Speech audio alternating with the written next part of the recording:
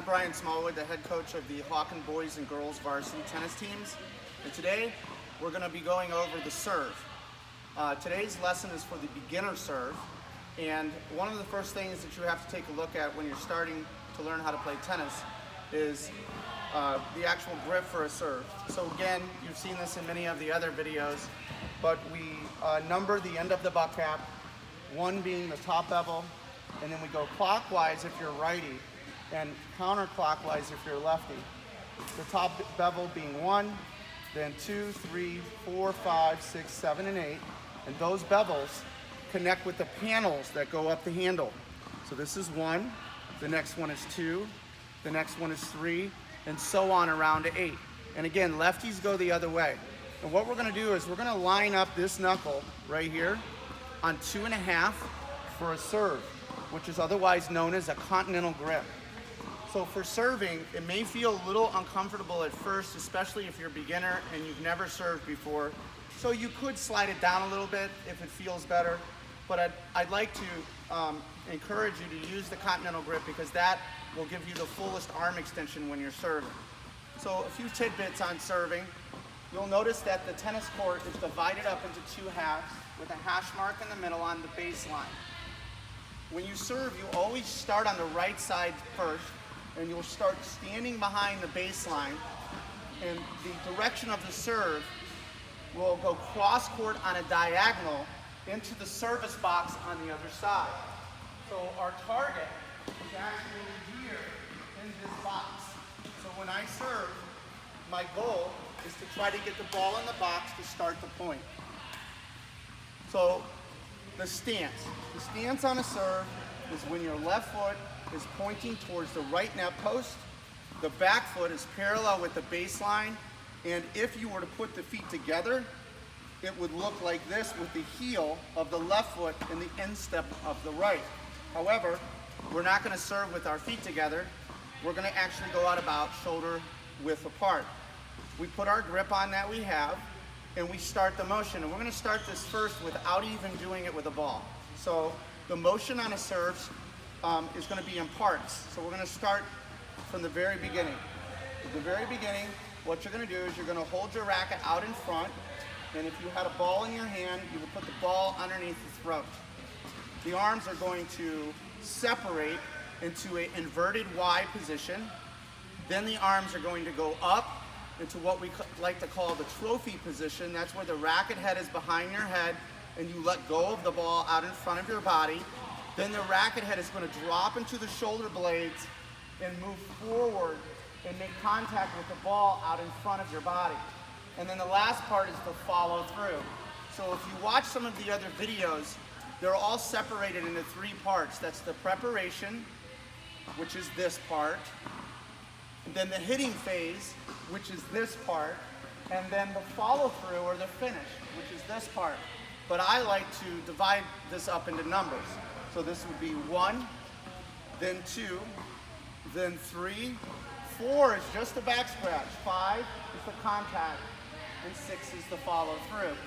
Now, if you're very little and this is the first time that you've served and you're just having a problem with all of these moving parts, you can start up here behind your head, which is called a staggered serve position, and just drop and hit. So you get used to the feeling of the racket head just dropping down and hitting the ball. However, I'm going to go over the full serve, assuming that most of you are a little bit older. Now, the most important thing on a serve is where you place the toss. In fact, when I was young, when I was taught how to play tennis, I was told that the 3 most important things on the serve are the toss, and the toss. Because when you toss the ball and you let go of it, even if your serve looks great, if the toss is all over the place, it really doesn't matter. So one of the exercises I really like to do is just to start with a toss first with your arm out in front of your body. And what you're going to do is you're just going to toss and see if that ball comes right back down in your hand. Now, that one didn't. It actually, it pushed back towards me. So I would do it again. Oh, it didn't again. And one of the great exercises you can do is you can just toss and let it drop. And as long as it's in the blue, I'm happy. And if it comes back down in my hand, I'm ecstatic. Okay, so you can practice that. You can do it like 5 times in a row, 10 times in a row, but you gotta remember the toss height has to be as high as you can reach up to the top of your frame. Now, the next level would be working the arms together down, then up, and letting go of the ball. So we would start with 1, 2, 3, toss, catch. Again, 1, 2, 3, toss, catch. And that's a great exercise too, because you're working your back arm with your tossing arm trying to hit the ball. So again, 1, 2, 3, toss, catch. Now, when I go to hit a serve, again, I'm going to want to try to hit the ball cross court. And probably the best view of this is from behind me, so you can see where that ball is going to go. So I'm going to be here 1, 2, 3, 4, 5, and 6. And then my ball went in the box. So I'm going to try it again. 1, 2, 3, 4, 5, and 6. And so when you serve, for each point that you play, you get 2 tries to hit the ball in the box. So after my serve goes in the box, then the point begins, and I come back to my ready position that we went over in our very first lesson to play out the point. Now, after I play that point out, I then go to the left side, which is called the add side. The right side is called the do side. It's related to scoring. So I play a point on the right side, then I say the score, and then I follow through all the way. And I do the same thing. Ball goes in, we play out the point. And I keep repeating that process as I work myself through the game, trying to win the game. Now, scoring in tennis is a little complicated. And this is a great way for you, if you're not familiar with it, to work on your serve with a game that I call the ghost game. So if you have 0 points in tennis, it's not 0, it's love. If you have 1 point in tennis, it's not 1, it's 15. If you have 2 points, it's 30. If you have 3 points, it's 40. And if you win 4 points in one game, you win the game. However, if it gets tied at 40-40, it's called deuce. Then you gotta win by 2 points. And it's all through the eyes of the server. So if I'm at deuce and I win the point, then now I'm up by 1, which means I have the advantage. That's called add in, because it's the server's advantage. However, if I lost the point at deuce and I go to the next point, I'm now down by 1. That means the returner has the advantage, so it would be called add out. So when you have the advantage, if you win the next point, you win the game. If you lose the next point, you go back to deuce. And that is why tennis sometimes can last a very long time, is because it can keep going back and forth from deuce to add in, to deuce, to add out, until someone wins by 2. Now, here's the ghost game, and I really encourage everyone to do this for the first time if they've ever wanted to work on serving and scoring at the same time.